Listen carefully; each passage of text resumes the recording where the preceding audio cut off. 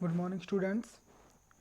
Beta, yesterday we have discussed about exercise of our chapter soil, and on Friday I arranged a test for you.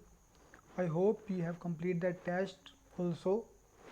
So today we are discussing about definitions and difference of our chapter soil. First one is soil. Soil क्या होती है? Natural occurring loose covering of broken rock particle. Rock particle को break होने से जो small small particles बन जाते हैं, रॉक पार्टिकल के ब्रेक होने से जो स्मॉल स्मॉल पार्टिकल्स बनते हैं उसे हम सोइल बोलते हैं. Natural lingering loss covering of broken rock particles. Next one is humus. Humus क्या होता है? Organic matter. ऑर्गेनिक मैटर जैसे कि डेड और decaying remains of plant and animals. Plant और एनिमल्स का जो रिमेन्स होता है, जो वेस्ट मटेरियल होता है, वो जब सोइल में मिल जाता है तो उसे हम ह्यूमस कहते हैं. Organic matter like dead and decaying remains of plant and animals present in the soil.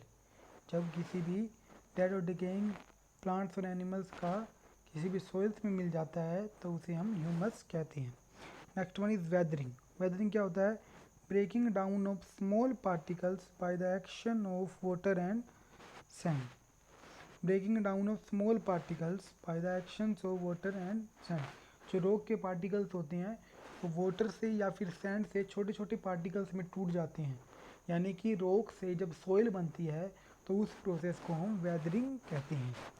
क्या होता है? Breaking down of small particles by the action of water and wind. Water और सैंड से जो रॉक पार्टिकल्स बनते हैं उसे हम क्या कहते हैं? वेदरिंग कहते हैं. रॉक पार्टिकल के ब्रेक होने से जो छोटे छोटे पार्टिकल्स बन जाते हैं उसे हम वेदरिंग कहते हैं. Next one is soil erosion. Soil erosion क्या आता है? The removal of top soil by wind flowing water is called soil erosion. Soil erosion क्या होता है? The removal of the top soil. जो सॉइल की जो सबसे ऊपर वाली लेयर होती है उसे टॉप सॉइल कहते हैं. उस टॉप सॉइल का रिमूव हो जाना किससे? वाइंड से या फिर किसी रिवर वाटर से, रिवर के वाटर से या फिर वाइंड से उस टॉप सॉइल का रिमूव हो जाना उसे हम क्या कहते हैं? Soil erosion. यानी कि जो टॉप सॉइल है वो एक प्लेस से दूसरे प्लेस पे डिपॉजिट हो जाती है, उसे हम सॉइल इरोजन कहते हैं. After the difference between Sandy and clayey soil. ये हमने डिस्कस भी किया था चैप्टर में.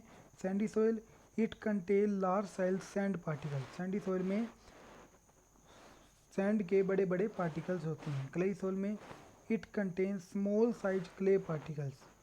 क्लेई सॉइल में स्मॉल साइज के क्ले के पार्टिकल्स होते हैं. सैंडी सॉइल में बड़ी साइज के सैंड के पार्टिकल्स होते हैं और क्लेई सॉइल में छोटे साइज के क्ले के पार्टिकल्स होते हैं.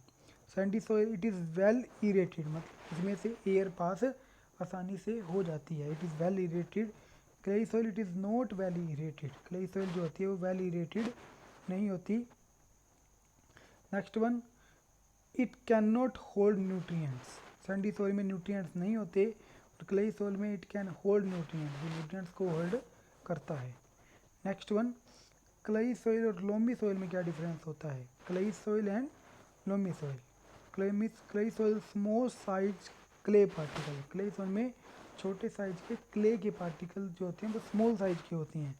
लोमी सॉइल में क्ले भी होता है, सैंड भी होता है और सिल्ट भी होता है. ये सब राइट प्रोपोर्शन में होते हैं, मतलब कि ये सभी राइट अमाउंट में प्रेजेंट होते हैं. क्ले भी होता है लोमी सॉइल में, सैंड भी होती है और सिल्ट भी होता है. Clayey soil it is difficult to plough this soil. Clayey soil को प्लफ करना, उस पर हल चलाना जो होता है वो आसान नहीं होता. इट इज़ डिफ़िकल्ट होता है क्लेई सॉइल पे को प्लफिंग, इसकी प्लोइंग करना डिफ़िकल्ट होता है. लोमी सॉइल को it is easy to plough this soil. इस सॉइल को हम आसानी से प्लफ कर सकते हैं, इस पर आसानी से हल चलाया जा सकता है. Next one, the space between them is quite less. जो क्लेई सॉइल होती है उसके बीच में, पार्टिकल के बीच में जो स्पेस होता है वो काफ़ी कम होता है. क्लेई सॉइल के पार्टिकल के बीच में स्पेस काफ़ी कम होता है और लोमी सॉइल के पार्टिकल के बीच में स्पेस ना ज़्यादा होता है ना ही कम होता है. The space between them is sufficient, मतलब कि उचित अमाउंट में होता है, ना ज़्यादा होता है और ना ही कम होता है. So this question you will write in your fair notebook and learn it also. Okay students.